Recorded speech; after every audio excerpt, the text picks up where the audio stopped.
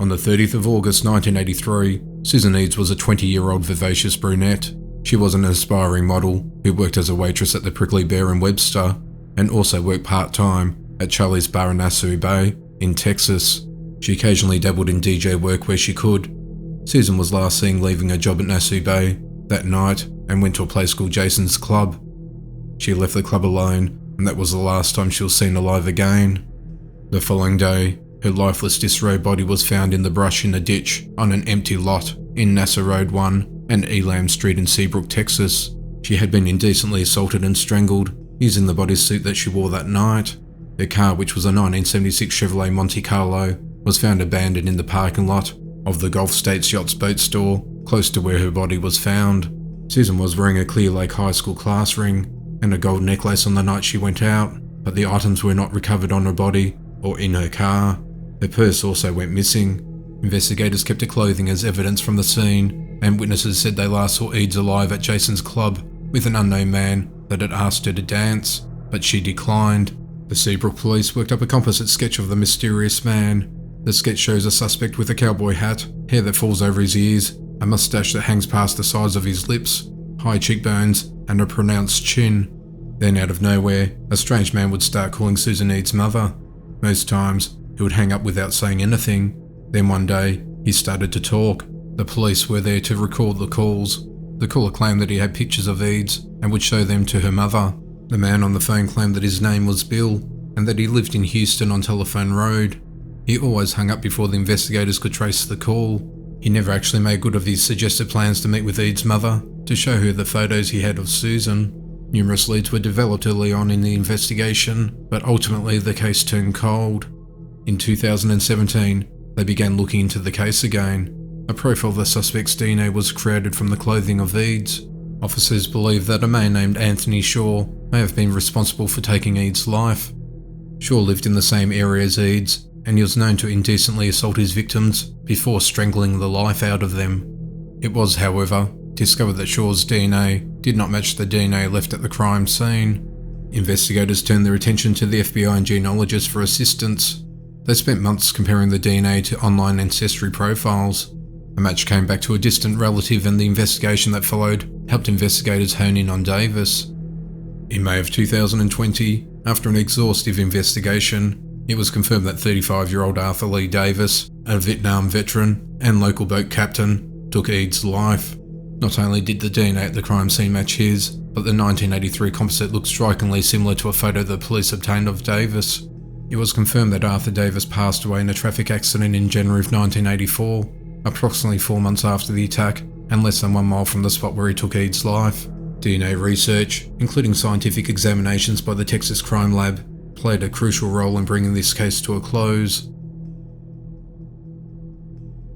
On the 7th of April 1978, Carolyn Cox Rose was a 47-year-old real estate agent who was vice president of Better Homes Incorporated, located in Pensacola, Florida. On this day, she received a phone call to show an empty house to a potential buyer. She left her office around 8:30 a.m. As she left, she told her assistant where she was going. The ranch-style property was listed for $65,000 at the Pine Forest Hills subdivision in Cantonment, Florida. When Rose had not returned to work by 2 p.m, 2 of her co-workers became concerned and drove to the home. As they arrived, they noticed a 1977 Chevrolet Caprice Classic parked at the property. When they entered the premises, they made a horrifying discovery. They found a body laying face up in an empty room in the bedroom. She had been indecently assaulted and her life was taken. Shreds of her blouse had been used to bind her hands behind her back and tie her legs. Her underwear and bra were knotted around her neck and used as a ligature to strangle her. The authorities launched a full investigation. Several suspects were interviewed and evidence was collected at the scene. One of the suspects was a man in New York who had been in the greater Pensacola area looking to buy property at the time, but there was not enough evidence to make an arrest. He was eventually cleared as a suspect and the case went cold. Recently, an investigator partnered with the Florida Department of Law Enforcement and Parabon to research the case. That research, plus advances in DNA technology, led investigators to solving a 42-year-old mystery. The Escambia County Sheriff's Office announced on the 9th of June 2020 that Julius William Hill Jr., was the person responsible for taking Rose's life. Unfortunately, this monster will never face prosecution for the deplorable act. He passed away in 2007 in the United States Penitentiary in Victorville, California. He was serving a 30-year sentence for 2 separate bank robberies. It was also discovered that Hill was once jailed for another offence when he indecently assaulted his neighbour at the age of 19. He was sentenced to 25 years in prison for that, but he was released only after 7 years. Rose's family has finally found solace in knowing who ended her life, although the offender will never stand trial. On the 9th of the 17th of February 1974, Texas cheerleader Carla Walker was a petite 17-year-old girl. She was sitting in a car in a bowling alley parking lot in Fort Worth, Texas, with her boyfriend Rodney McCoy.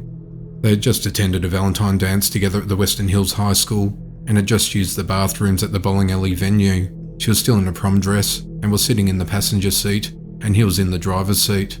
They were talking and making out, and she was leaning against the passenger door when, without warning, something shocking and unexpected happened. The door jolted open, and she fell back. An assailant with the gun started hitting Rodney over the head repeatedly. Carla was screaming and was absolutely terrified. The offender stuck the gun at Rodney's face, threatening to take his life, and tried pulling the trigger, but the gun didn't go off. The offender grabbed Carla and started pulling her out of the car. She yelled out to Rodney, "Go get help," then said to the offender, "I'll go with you, don't hurt him." He then got his gun and pistol whipped Rodney over the head and knocked him unconscious. When he came to, Walker was nowhere to be seen. He rushed to Carla's parents' house to tell them what had happened. He began ringing the doorbell and started banging on the door. Then McCoy screamed, "They've got her! They've got her!" McCoy ended up going to hospital later that night. The police were contacted and a search followed. 3 days later, Walker's lifeless body was found, dumped in the culvert near Benbrook Lake. Her clothes were ripped and she'd been beaten, indecently assaulted, strangled, and viciously maimed over the days she went missing. The autopsy revealed the offender injected her with morphine. Evidence was collected from the crime scenes. The offender had left behind several clues for the investigators. Walker had morphine in her system, and a .22 Ruger magazine was found next to a purse in a bowling alley parking lot. McCoy described the man as a white male, standing about 5 feet 10 inches tall and weighing about 175 pounds. He said the offender had brown hair, cropped in a military-style fashion, and wore a brown cowboy hat. During the initial investigation in 1974, police interviewed witnesses and persons of interest. They had found men connected to the purchases of .22 Rugers. Glenn McCurley particularly stood out as a prime suspect since he also lived in the area. The authorities learned that he was off work on the night of the attack as well as the following day, and his wife was out of town, but they had no other information linking him to the crime that would lead to an arrest, and the case went cold. In 2019, the cold case detectives reopened the case. Walker's clothing was sent to a DNA lab in Houston and succeeded in getting a full DNA profile off Carla's bra, something they've been unable to do in the past. When it failed to match any DNA in CODIS, the national database operated by the FBI, they then turned to a public ancestry database used for genealogical research. It was able to determine that the DNA came from the McCurley family, narrowing the possibilities to 3 brothers. Then on the 4th of September 2020, detectives then used the DNA from trash outside the 77-year-old Glenn Samuel McCurley's home and confirmed it was a match. On the 16th of September 2020, McCurley consented to providing a DNA sample through 2 mouth swabs, which will also match the DNA from the bra.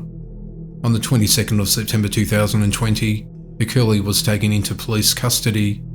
He's currently being held at the Tarrant County Jail, and he's been charged with taking Walker's life.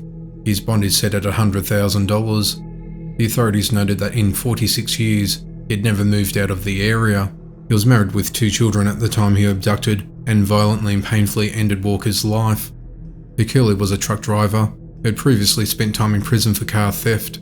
He had no known connection to Walker, and it's believed she was a random target. Carla's brother Jim Walker felt emotional that the case has finally been solved. He spent decades praying and hoping for this breakthrough. After learning of the news, he said, "I feel like God put the right detectives on the case.